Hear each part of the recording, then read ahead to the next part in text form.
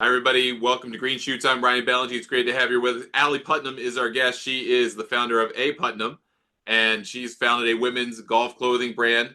And we wanted to have her on to talk about this space. So, Ali, thanks for being with us. First, I want to Absolutely. hear the backstory. I've done some reading on it, but I want to hear the Yeah. backstory about how you got into this and why you got hmm into this. Yeah, absolutely. I'm happy to. And thank you so much, Ryan, for having me. Always fun to talk about it, what's going on.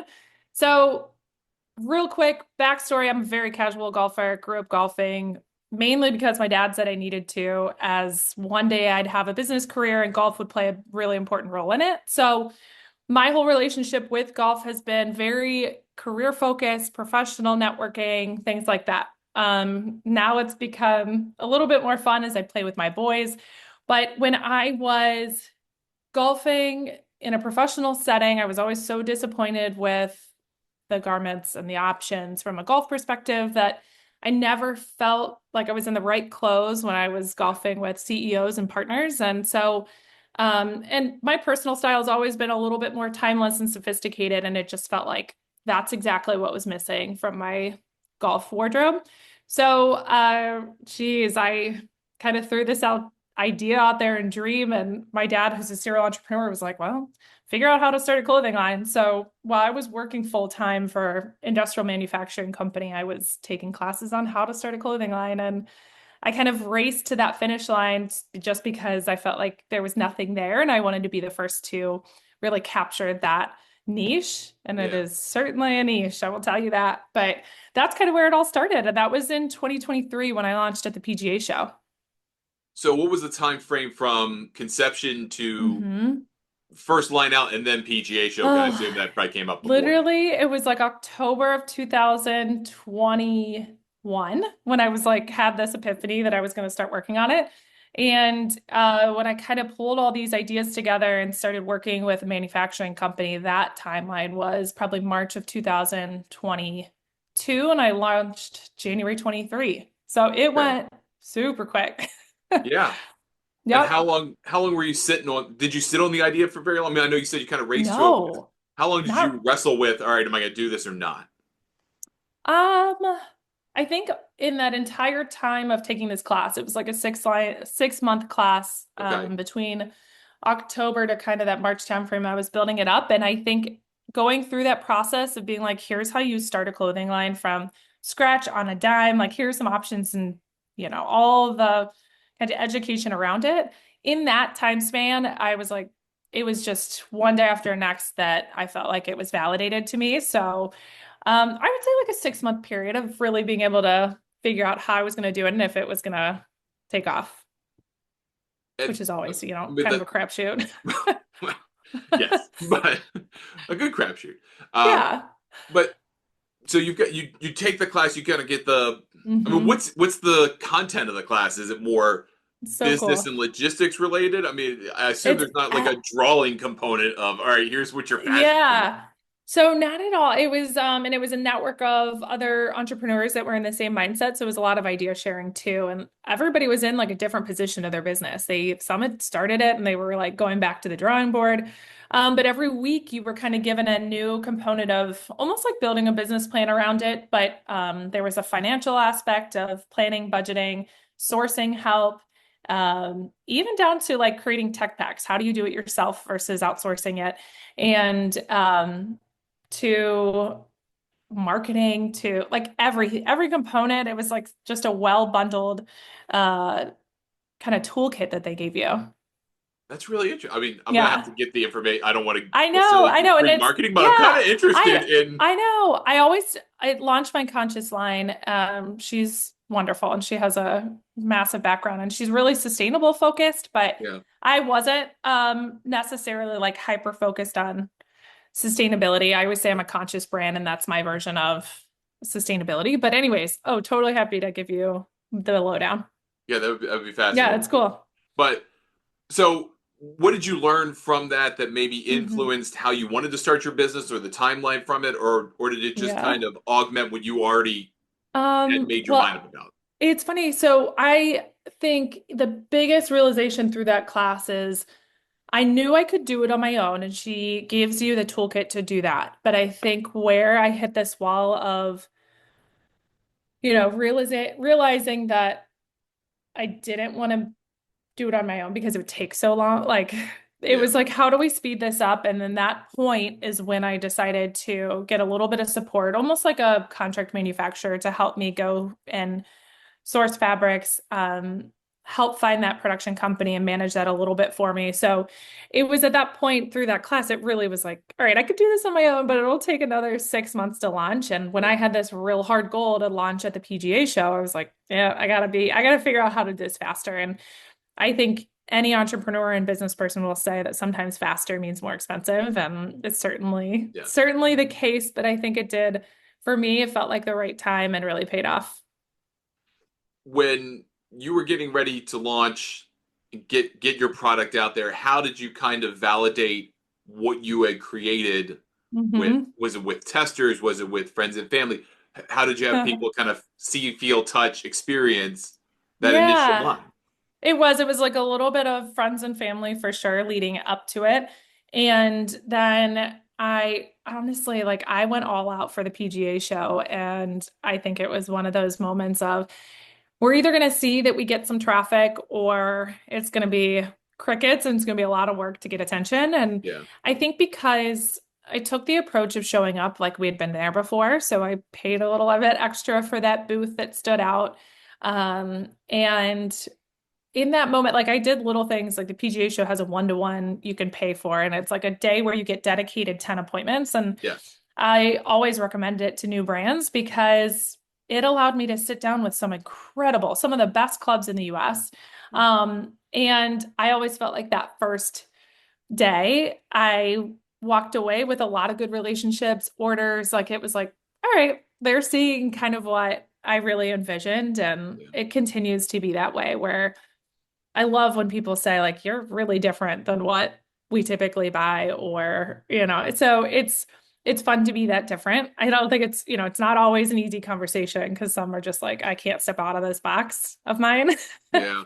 But for the most part, I think it was very attractive to our customers. And from there, it was just like, all right, let's keep going.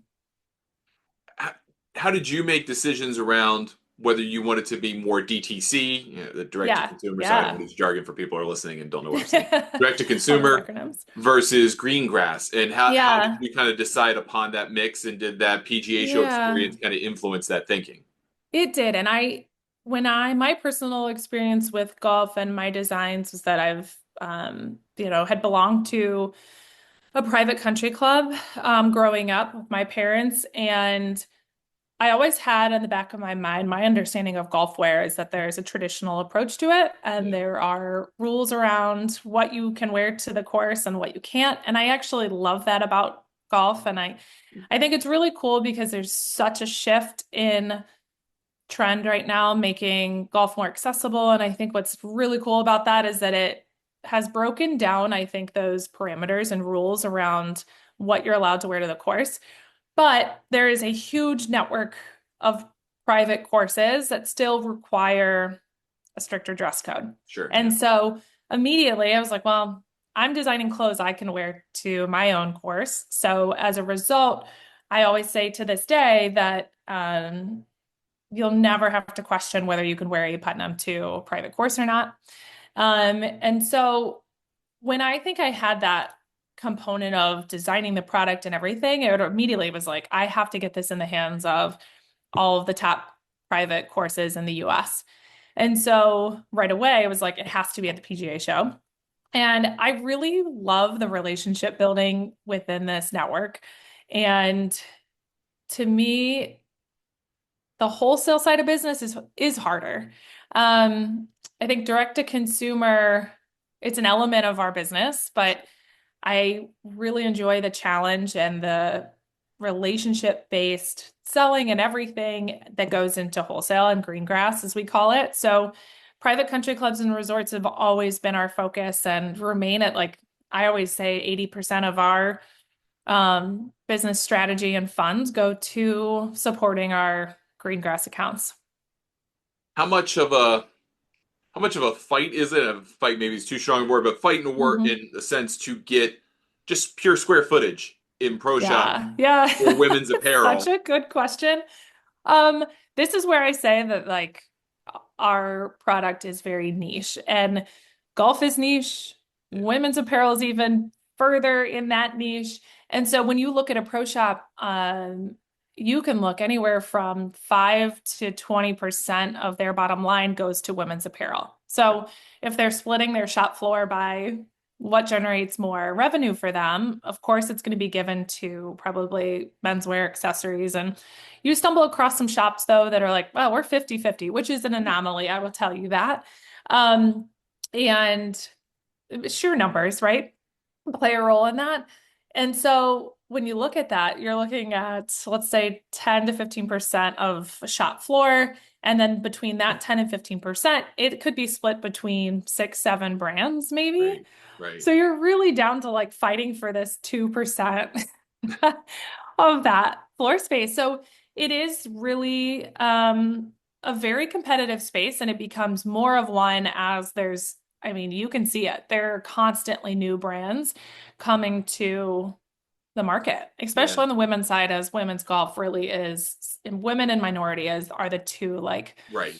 fastest growing sections of golf. Yeah, So there's, I think for people starting businesses, certainly an attractiveness to offering something different. And it's just been so long since I think there's been such a selection for women. So it is such an exciting time and it's fun to be a part of that. And it's really cool because there's so many brands that I think have a place in the shop. Um, and again, you're fighting for it and you just hope that what you have resonates with that membership or specifically that buyer for sure. you kind of alluded to it a second ago, but Hmm. is there a community of sorts? Is there a kind of I don't know a banding together of Yeah. women's Hmm. golf brands that are supportive of one Yeah. another while Yeah. simultaneously obviously being competitive with one Yeah. another? There is, and I think it's probably like any business, right, where you have some that play nicer than others. Um, but it is really cool. What I've found, I've got a handful of women founders that we reach out to each other, we ping each other for ideas. We're all in a different position, whether somebody's 2 steps ahead of another, or hey, I'm looking to go to the PGA show. Would you recommend it? How would you do it? Like those things to me, I think it's really neat that we can kind of band together and do that. And you really start to, for me in my position, I think it's obviously easier to help somebody that you look at and you're like, all right, I am more than willing to help you. We have, yes, we're both selling women's clothes, but you have a very different aesthetic or customer or something like that. Like in Yeah, those situations, it's a little easier to be like, yes, let me help. And then there's others where you've got somebody that you feel like is trying to do what you're doing. So, and those are ones you're yeah. like, how much do you share? But I do feel like we're all in it together, and it is very cool that that's come to the table. I mean, and you guys, we all go to these same events. Like we're all at the PGA show together. You just cross paths, and as you know very well, the golf world is so small, Yeah. so terribly small. Not terribly. I think it's a good thing, but yeah. Pluses and So minuses to that for sure. But 100%. has there been or is there ever a temptation to look at what another brand's doing, and not even just a Hmm. women's brand, just a general apparel brand, Yeah. and Yeah. kind of feel that temptation to maybe betray what Yeah. your beliefs are about what women's golf fashion Yeah. looks like? Yeah. I think I know on the probably the design and fashion side, I'm not tempted. And I think it's a little bit of, I always say it's such a selfish gig on my part. I literally design clothes and the aesthetic that I love. So I'm not really tempted by that. I think what's hard from a design perspective and a product perspective is almost more talking to a club, right? So you're getting Yeah. feedback from so many different clubs, and it might be different regions. And some of it you take that feedback and you're like, this is really helpful. So when I go to design my next collection, I need to make sure I have XYZ. And then I mean, you're constantly bombarded with, you should do this, you should do that. Your color should be brighter. You need more pattern. It's like that's the feedback that I think is really hard where you're just like, how do I take some of this and implement it in a way that's still on brand? Yeah, And the amount of times I have to tell myself that I'm not for everybody is a yeah, constant thing where you're just like, can't be for everybody. And I think that's what makes you and a brand so special is that like you do stand out and you're right. not trying to be everything to everybody. So, but it is sometimes a challenge when you're like, oh, you just want this person to love it and they don't because of XYZ. Does, So do you, but you that's why you chase got that? into this in the first place, is because Oh, what Michelle's you totally. didn't like, right? Yeah, yeah, absolutely. And that's what's cool. I think along the way, we've had even 2 years, we're just kicking off year three here at this last PGA show, is we're really coming into our own and figuring out who our customer is. And I'll gladly say that it's taken 2 years to really nail that down. Yeah, And I think the sweet spot that we found is that I always explain it as from a golf perspective, and especially when you walk into a pro shop, you have golf wear, very traditional golf wear. Most of it will flex, and the trend right now is to flex down into athleisure. yeah. So, like wearing your Lululemon stuff on the course, like this is a whole, like it is a huge part of golf right now. And we see it in professional golfers and everything they're bringing that blend of athleisure to golf. And I always say, like, A Putnam is the brand that flexes up. We don't flex down to the gym. We don't flex down to loungewear, that kind of thing. Very much the brand that flexes up to workwear and kind of elevated lifestyle. So that had a result. We're really finding a lot of women that have a professional career in the sport. And so they have to look very buttoned up, or maybe a little bit more elevated for their jobs. And they're choosing A Putnam. And it's really cool because it actually resonates so much with me and why I started. So Well, we've been talking about everything about it, but let's get people to A Putnam. So can you let folks know yeah, where to find you and how to get hold absolutely. of you on social media? Yeah, definitely. So social media, our handle is A Putnam Brand, and then website is aputnam.com. Super easy. Well, Allie, thanks so much for spending some time with me, talking Likewise, about everything Ryan. A Putnam. I always love these kind of conversations when we started the show in the first place, and Yeah. it's just really cool that you're having this success in this space. Thanks so I think it's much. great. So thank you for coming on and talking with me. So appreciate it. Really happy to share that. Thank you, Ryan.